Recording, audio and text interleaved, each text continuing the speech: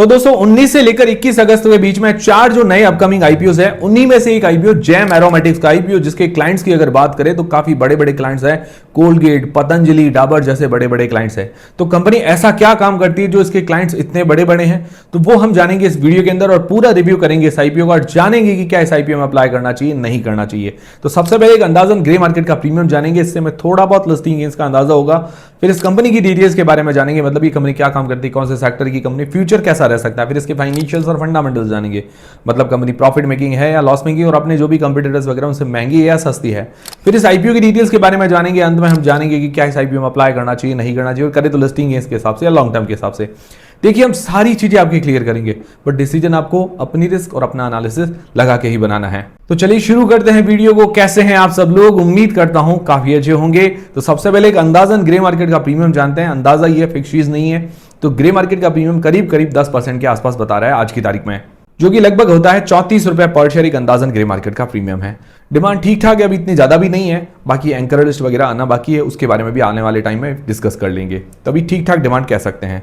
फिर इस कंपनी की डिटेल्स के बारे में जानते हैं, मतलब ये कंपनी काम क्या करती है। तो कंपनी 1997 मतलब 1997 के अंदर इनकॉर्पोरेट हुई थी। करीब करीब 28 साल हो गए हैं अपने ही सेक्टर के अंदर, मतलब ठीक ठाक ये अच्छा एक्सपीरियंस आप कह सकते हैं। तो अच्छा एक्सपीरियंस हो गया है। अभी कंपनी सिंपल भाषा में आपको समझा देता हूं, 1-2 सेकंड के अंदर ही आपको समझ में आ जाएगा। तो कंपनी का नाम है जैम एरोमेटिक्स। एरोमा का मतलब क्या होता है? एरोमा का मतलब होता है खुशबू। तो खुशबू से रिलेटेड जो भी ऑयल्स होते हैं और जो केमिकल्स होते हैं और उनके रिलेटेड जो भी प्रोडक्ट्स होते हैं, डेरिवेटिव्स होते हैं, वो ये मैन्युफैक्चर करती है। अब खुशबू कैसे? जैसे आप डेली मतलब कुछ ना कुछ सामान यूज करते होंगे, साबुन, सरफ है, टूथपेस्ट है, तो उसके अंदर जो खुशबू आती है, किसी के अंदर मिंट की आती है, किसी के अंदर लौंग की आती है, कोई अलग अलग खुशबू कहते हैं, इसकी खुशबू, उसकी खुशबू, गुलाब की खुशबू, उसकी खुशबू। तो वो खुशबू सारी ये सारे केमिकल्स हैं, ओरिजिनल खुशबू नहीं है। कुछ कुछ ओरिजिनल खुशबू भी होती है, बट ज्यादातर ये सारे केमिकल्स होते हैं। तो ये केमिकल्स ही मैन्युफैक्चर करती है। उसके अलावा कुछ ओरिजिनल जो खुशबुएं होती है, जैसे गुलाब से खुशबू वगैरह आते हैं, तो वो भी ये मैन्युफैक्चर करती है। तो सिंपल भाषा में आपको समझ में आ गया होगा, सिर्फ एक ही लाइन के अंदर आपको समझ में आ गया होगा। तो देखिए समझ में आया तो वीडियो को लाइक जरूर करें और कमेंट करके जरूर बताएं, इससे हमें काफी मोटिवेशन मिलता है। देखिए कोई भी चीज समझाने में आपको 10 सेकंड लगते हैं, तो उसके पीछे हमारी मेहनत भी होती है, हमारी रिसर्च भी होती है, जिससे आपको बहुत आसानी से समझ में आ जाता है। अब ये जो खुशबुएं हैं, मतलब जो एरोमेटिक केमिकल्स हैं, ये काम कहाँ पे आते हैं? तो जैसे ऑरल केयर, मतलब ये टूथपेस्ट वगैरह के अंदर, माउथ वॉश के अंदर काम में आते हैं। कॉस्मेटिक्स जैसे होते हैं, क्रीम, लोशन वगैरह होती है, ये इनमें काम आते हैं। फार्मास्यूटिकल्स के अंदर काम में आते हैं। जैसे फार्मास्यूटिकल्स के अंदर बहुत सारे ऐसे बाम बने हुए होते हैं, मतलब जिसके अंदर दर्द निवारक बाम होते हैं। फिर लौंग के तेल के कुछ मतलब ऑयल्स बने हुए होते हैं, मिंट के ऑयल्स होते हैं, वहाँ पर ये सारी चीज़ें काम में आती है। पर्सनल केयर के अंदर साबुन, शैम्पू, उसके अंदर भी काम में आते हैं, और सप्लीमेंट्स वगैरह के अंदर काम में आते हैं। और इसकी जो एक्सपर्टीज है, जो मिंट और क्लॉव मतलब पुदीना और लौंग के जो फ्लेवर्स वाले ऑयल्स, केमिकल्स है, उसके अंदर इसकी एक्सपर्टीज है, और सबसे ज्यादा रेवेन्यू वहीं से जनरेट होता है। और ये 70 से ज्यादा प्रोडक्ट्स बनाती है 4 अलग अलग कैटेगरीज के अंदर। पहली कैटेगरी है मिंट और मिंट के डेरिवेटिव्स, वहां से 69% का रेवेन्यू जनरेट होता है। दूसरी कैटेगरी है क्लॉव और क्लॉव के डेरिवेटिव्स, मतलब लौंग और लौंग के डेरिवेटिव्स, वहां से 19% का रेवेन्यू जनरेट होता है। तीसरा है फिनॉल। फिनॉल जो क्लीनर वगैरह के अंदर काम में आता है, जो भी क्लीनर वगैरह, फ्लोर क्लीनर वगैरह होते हैं, उनके अंदर ये काम में आता है, तो वहां से 3% का रेवेन्यू जनरेट होता है। और चौथा है सिंथेटिक और नेचुरल इंग्रेडिएंट, वहां से 8 से 9% का रेवेन्यू जनरेट होता है। जैसे नेचुरल इंग्रेडिएंट मैंने आपको बता दिया, जैसे गुलाब वगैरह ओरिजिनल भी होते हैं, वहां से भी रेवेन्यू मतलब जनरेट करती है, वहां उसके भी केमिकल्स ये बनाती है। अब इसके 225 कस्टमर्स हैं, 44 इंटरनेशनल कस्टमर्स हैं, 18 कंट्रीज में ये अपने माल वगैरह एक्सपोर्ट भी करती है। इंडिया से जो रेवेन्यू जनरेट होता है 80% का, 20% जनरेट होता है एक्सपोर्ट से, और वहां से भी सबसे ज्यादा जो रेवेन्यू जनरेट होता है ब्राजील से, फिर चाइना से, फिर सिंगापुर और फिर अदर कंट्रीज से। और क्लाइंट बेस की बात करें, जो बड़े बड़े क्लाइंट्स हैं, कोलगेट टूथपेस्ट वाला क्लाइंट है, पतंजलि है, पतंजलि के अंदर टूथपेस्ट भी और भी कई सारे प्रोडक्ट्स होते हैं, डाबर के अंदर टूथपेस्ट और भी कई सारे प्रोडक्ट्स हैं, तो उनके अंदर ये जो केमिकल्स हैं वो काम आते हैं। ये बड़े बड़े इसके क्लाइंट्स हैं, और भी काफी सारे क्लाइंट्स हैं, मैंने ये चुनिंदा आपको जो फेमस है वो आपको बताए हैं। और इसका कुछ प्रोडक्ट्स के अंदर मार्केट शेयर अच्छा है, जैसे मिंट और लौंग वाली जो प्रोडक्ट्स हैं उनके अंदर ज़्यादा इसका मार्केट शेयर है। 3 इसकी मैन्युफैक्चरिंग यूनिट्स हैं, एक यूपी के अंदर है, एक दादरा नगर हवेली जो सिलवासा के अंदर है, एक गुजरात के अंदर है। तो सिंपल है, काम आपको समझ में आ गया। केमिकल सेक्टर की कंपनी, उसके अंदर खुशबू वाले जो ऑयल्स एंड केमिकल्स बनाती है, ठीक है, थोड़ा यूनिक टाइप का। और केमिकल सेक्टर की कंपनियां ज्यादातर अच्छा परफॉर्मेंस कर रही है, अगर उनका पिछला ट्रैक रिकॉर्ड देखें तो। बाकी देखते हैं ये कैसा परफॉर्मेंस करती है, और इसके फाइनेंशियल फंडामेंटल्स भी जान लेते हैं। फाइनेंशियल 2023 से 2025 तक दिए गए। अगर इसके एसेट्स देखे रहे, एसेट्स के अंदर साल दर साल हल्की हल्की सी ग्रोथ देखने को मिल रही है। 295 करोड़ से 534 करोड़ रुपए के आसपास इसका एसेट्स बढ़े हैं। रेवेन्यू के अंदर भी साल दर साल ग्रोथ है, 425 करोड़ से 505 करोड़ रुपए इसका रेवेन्यू हुआ है। फिर बात करें प्रॉफिट आफ्टर टैक्स की, तो प्रॉफिट के अंदर भी साल दर साल ग्रोथ देखने को मिल रही है। 2023 के अंदर 44 करोड़, 2024 के अंदर 50 करोड़ और 2025 के अंदर 53 करोड़ रुपए के आसपास का इसने प्रॉफिट जनरेट किया है। काफी अच्छी बात है, प्रॉफिट के अंदर भी ग्रोथ है। मार्जिन अगर निकाले तो 10.5% 2023 के अंदर, फिर 11% 2024 के अंदर, फिर वापस 10.5% 2025 के अंदर। मतलब मार्जिन स्टेबल है, ज्यादा डाउन भी नहीं हुए ना ज्यादा ग्रोथ है। ठीक है, अच्छे मार्जिन है, 10% कम नहीं होते हैं। फिर एबिटा के अंदर ग्रोथ है, नेट वर्थ इसकी बड़ी है। रिजर्व्स इसके हाथ में 278 करोड़ रुपए के हैं। बोरोइंग्स मतलब उधारी है 222 करोड़ रुपए की, बोरोइंग्स भी बड़ी है इसके ऊपर।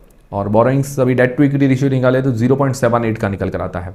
बट एक अच्छी बात ये लगी कि आईपीओ के पैसे से 143 करोड़ रुपीस अपनी उधारी चुकाने के अंदर ये काम में ले रही है, काफी अच्छी बात है। उसके बाद उधारी कम हो जाएगी। और अभी अगर इसका डेट टू इक्विटी रेशियो देखें तो 0.78 का है। अदर इसके पीयर कंपीटिटर्स का डेट टू इक्विटी रेशियो तो 0.5 से कम किसी का भी नहीं है, 0.5 से ज्यादा ही है। तो उस हिसाब से डेट टू इक्विटी रेशियो ठीक है, बट ये भी ज्यादा ही है, कम तो नहीं कह सकते। बट आईपीओ के बाद 0.29 का हो जाएगा इसका डेट टू इक्विटी रेशियो। जो आईपीओ के बाद डेट वगैरह पे करेगी तो डेट काफी हद तक कम हो जाएगा। ये सबसे अच्छी बात लगी मुझे। आरओई 18.8 है, आरओसी 16% के आसपास है, अच्छी बात है, 15% से ऊपर है। और इसका P price to earnings ratio है 28.5 का, फेस वैल्यू 2 रुपए पर। और इसकी कंपटीटर्स हैं कैमलिन है और क्लीन साइंस है। क्लीन साइंस ने तो बहुत ही बढ़िया रिटर्न बना के दिए थे। इन दोनों का फेस वैल्यू है 1 रुपए, कैमलिन और क्लीन साइंस का। बाकी अदर जो पीयर कंपटीटर्स हैं उनका फेस वैल्यू 5 से लेकर 10 के बीच में है, तो ठीक है। बाकी रेवेन्यू के मामले में देखें तो सबसे छोटी कंपनी है ये, पी अभी 28.5 का निकल कर आता है और अदर कंपटीटर का 37 से लेकर 57 के बीच में निकल कर आता है। तो पी वाइज देखें तो वैल्यूएशंस ठीक नजर आ रही है, इतनी ज्यादा महंगी नहीं है। बट फेस वैल्यू जो 2 रुपए पर सबसे छोटी कंपनी भी है, उस हिसाब से महंगी, मतलब मुझे लग रहा है वैल्यूएशंस थोड़ी और सस्ती कर सकते थे। ठीक है, तो ज्यादा महंगी नहीं है पर इतनी ज्यादा सस्ती भी नहीं, ये चीज आप ध्यान में रखिएगा। बट वैल्यूएशंस में यहाँ मतलब ऐसा लग रहा है कि वैल्यूएशंस में कोई अटकाव नहीं है, ऐसा नहीं कि वैल्यूएशन बहुत ज्यादा महंगी है, ऐसा कुछ नहीं है। तो ये हो गई बात। अब फाइनेंशियली देखा तो हमने डेट थोड़ा सा ज्यादा है पर आईपीओ से डेट पे कर रही है और फंडामेंटल्स वगैरह भी ठीक है, वैल्यूएशंस भी ठीक है। फिर इस आईपीओ की डिटेल्स के बारे में जाने तो 19 से 21 अगस्त के बीच में ये आईपीओ ओपन रहेगा। फेस वैल्यू 2 रुपए पर आ रहा है। 309 रुपए से लेकर 325 रुपए के बीच में इसका प्राइस बैंड रखा गया है और इसका मार्केट शेयर है 46 शेयर का।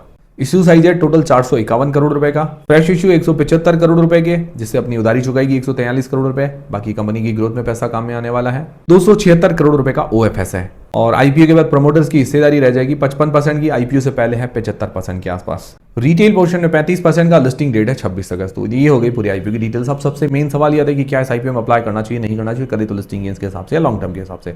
उससे पहले दोस्तों आपके पास या आपके फैमिली मेंबर्स में किसी के पास डीमेट अकाउंट नहीं है, खुलवाना चाहते हैं, तो उसकी लिंक डिस्क्रिप्शन के अंदर आपको मिल जाएगी और टेलीग्राम इंस्टाग्राम सबकी लिंक डिस्क्रिप्शन के अंदर है। तो सबसे पहले देखिए लिस्टिंग गेन्स के हिसाब से जो लोग अप्लाई करना चाहते हैं तो जनरली हम हमारे 4 पैरामीटर्स देखते हैं। नॉलेज जैज या जैज पैरामीटर्स जिसको मैं पर्सनली कहता हूँ, ये सिर्फ रिस्क मापने के लिए, मतलब रिस्क कितनी है मार्केट के अंदर, जो अभी हालिया कंडीशन क्या चल रही है, मतलब रीसेंट कंडीशन क्या है। बाकी अप्लाई करना नहीं करने का डिसीजन नहीं है, डिसीजन तो आपको खुद को अपनी रिस्क अपना एनालिसिस लगा के ही बनाना है। ठीक है, और जो भी सारी चीजें मैं क्लियर करूंगा पर डिसीजन आपको खुद को बनाना है। ठीक है, ये सारी चीजें क्लियर है। अब सबसे पहला पैरामीटर हम देखते हैं जीएमपी। जीएमपी अंदाजा होता है, मतलब फेक डेटा भी हो सकता है, बट एजुकेशन पर्पज के लिए जानते हैं। तो अभी 10% के आसपास है, तो अभी मैं यहाँ पर आधा पॉइंट देना चाहूंगा। मेरा मिनिमम क्राइटेरिया रहता है कि 20% रहे तो ठीक है, तो यहाँ पर मैं आधा पॉइंट देना चाहूंगा। फिर दूसरा है वैल्यूएशंस। वैल्यूएशंस देखिए वही पी वाइज तो वैल्यूएशन सही है, बट फेस वैल्यू 2 रुपए पर जो सबसे छोटी कंपनी उस हिसाब से वैल्यूएशन थोड़ी और सस्ती करते तो बढ़िया रहता, मतलब उम्मीद ऐसी थी। तो अभी मैं इसको आधा पॉइंट देना चाहूंगा। ठीक है, तो उसके अलावा एंकर्ड सब्सक्रिप्शन, ये दो दूसरे और तीसरे, मतलब तीसरे और चौथे पैरामीटर है, तो वो आना बाकी है, वो आएंगे तब डिस्कस कर लेंगे।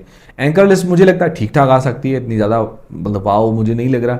बाकी सब्सक्रिप्शन देखते हैं कैसा मिलता है। अभी जीएमपी तो कम है, उस हिसाब से देख रहा है, लग रहा है कि भाई सब्सक्रिप्शन नॉर्मल मिल सकता है, तो उसके बारे में भी आगे आने वाले वीडियो के अंदर डिस्कस कर लेंगे।